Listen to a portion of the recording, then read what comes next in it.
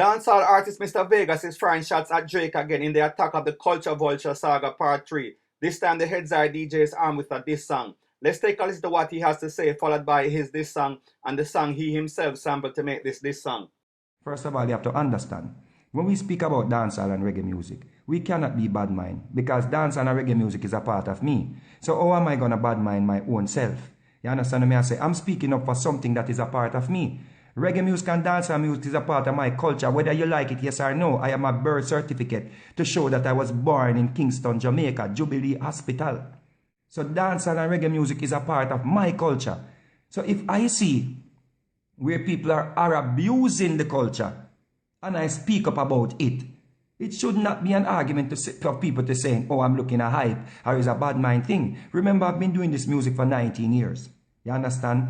19 years, 20 years coming December since Heads Eye was released. You understand? And I'm still touring the world and still feeding my kids them. You understand? So there is nothing to be bad mind about. But when I speak about these things, it's because I see where it is heading. You understand? I see where these people are coming in as culture vulture and trying to steal the dancehall away from us and steal the reggae music away from us. You understand? And we have people on our side who don't even understand the worth. People don't understand what we have. People don't, a lot of these artists and producers, they don't even understand what we have.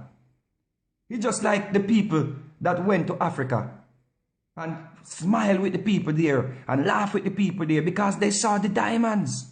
They wanted the diamonds.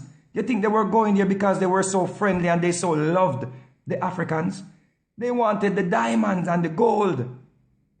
So right now when they come on and smiling up with you and acting like, yeah man, they're all with you, like Drake. But people them afraid when I say Drake because them think that him a go lock me off or him a go make my song them don't play on international radio. But I care zero because I've been always standing for something and not falling for everything. And I know a fake when I see a fake and I know vultures when I see vultures. Now right about now you have to understand that people might be saying, yeah man, this is good for dancehall, this is good for the artists them, this is good for Jamaica. How is it good for Jamaica? How is it good for Jamaica if they are not featuring us properly? How is it good for Jamaica when we do not have the resources or the government or anybody behind us who is going to take our music and push it to mainstream? These people have budgets. These people have record labels behind them. Some of the songs that you hear that is mashing up international radio, that dancehall songs, I'm talking about dancehall songs, that these people are doing. When you listen to it and listen to an original dancehall song, an original dancehall song, you realize that it's because them have the money. Why their one is going to places and our one is struggling to get to places because we don't have the budget. We don't have the resources. You have to understand that, People might be saying, oh, them can't take dancehall. You know who created hip-hop? Or where hip-hop came from? Hip-hop was created by a Jamaican. Kool Herc. Or Kool Hercs, if you want to say that, or if that's the pronunciation. From Jamaica, him and his sister Cindy created hip-hop. How many people here talk about Kool Herc and his sister? They're the one who string up sound system in the Bronx. They created hip-hop. Hip-hop was created from reggae music. Because Kool Herc saw what was going on in Jamaica, saw the pattern, saw the sound system stringing up and went to the Bronx with it. And keep black parties. So where is hip-hop? Who hip-hop belongs to? When they talk about hip-hop, who they speak about? Look at dance music. What they call techno and EDM now. When I used to go to England in the early days, like in the 1998, 1999, 2000, when I went to some places and hear disco music playing, those people were in a world by themselves. And guess what? All of a sudden, it was a whole dance music rush. Everybody was doing a dance song. Everybody was doing a dance song. Then it turned to EDM. Then they turned it into what?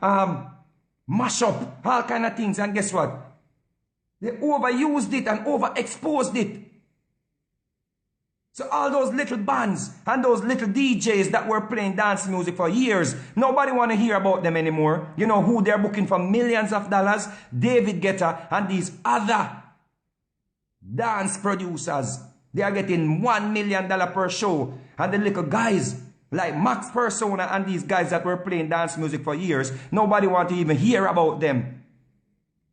So the same thing that is going to happen with dancehall. They take it and basically they're adding their little flavor to it and they're calling it tropical house or tropical pop. And sooner or later, when we produce a dancehall song from Jamaica, they will not look at us.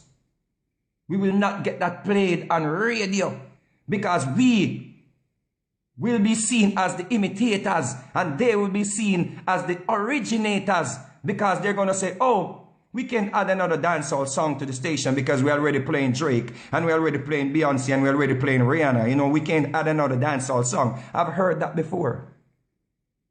What makes for them dancehall or their dancehall so special from our dancehall? We have the authentic sound. We have the Sly and Robbie groove that everybody running with now. We have the original producers.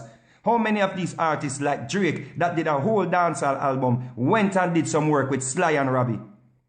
Or Clevie from Steely and Clevie. The originators of dancehall are King Jammies.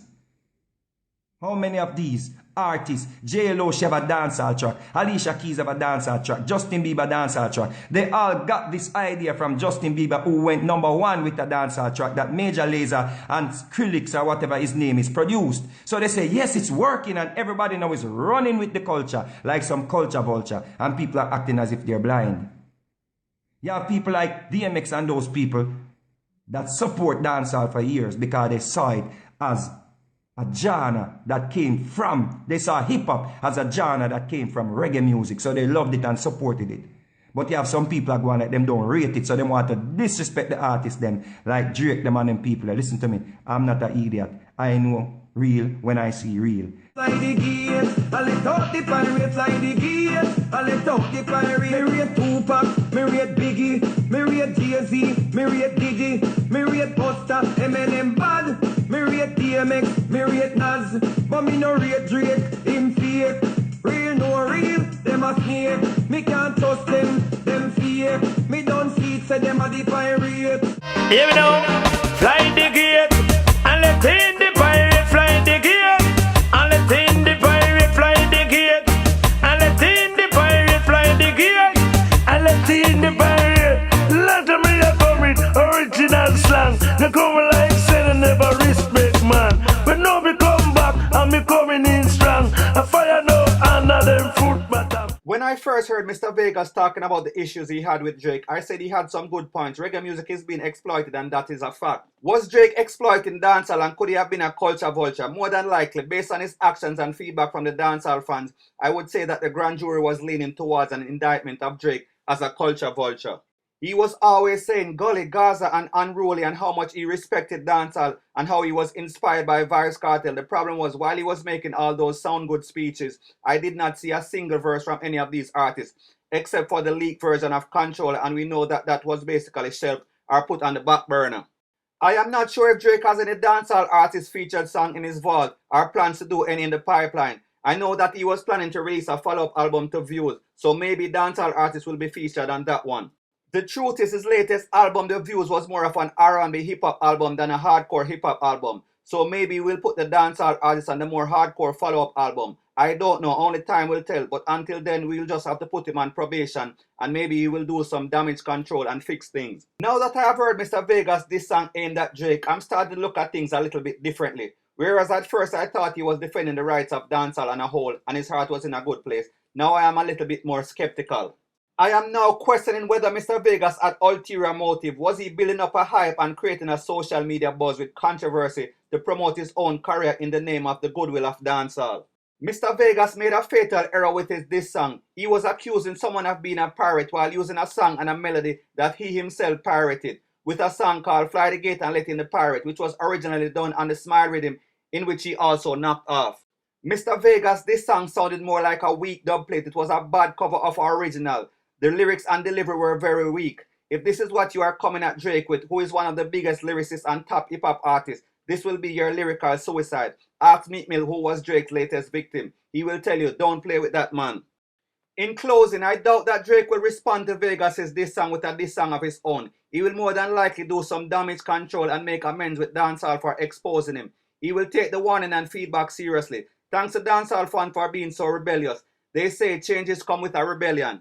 People, what do you think about Mr. Vegas' continuous shots or rants at Drake? Is it justified? Does Vegas have a point? Is he trying to promote himself or dancehall or a little of both? Is this song weak or good? Please let me know in the comment section. Thanks once again for checking out my video. It is greatly appreciated. Please check out the website link in my profile banner. Please like, comment and subscribe. Bless up. One love.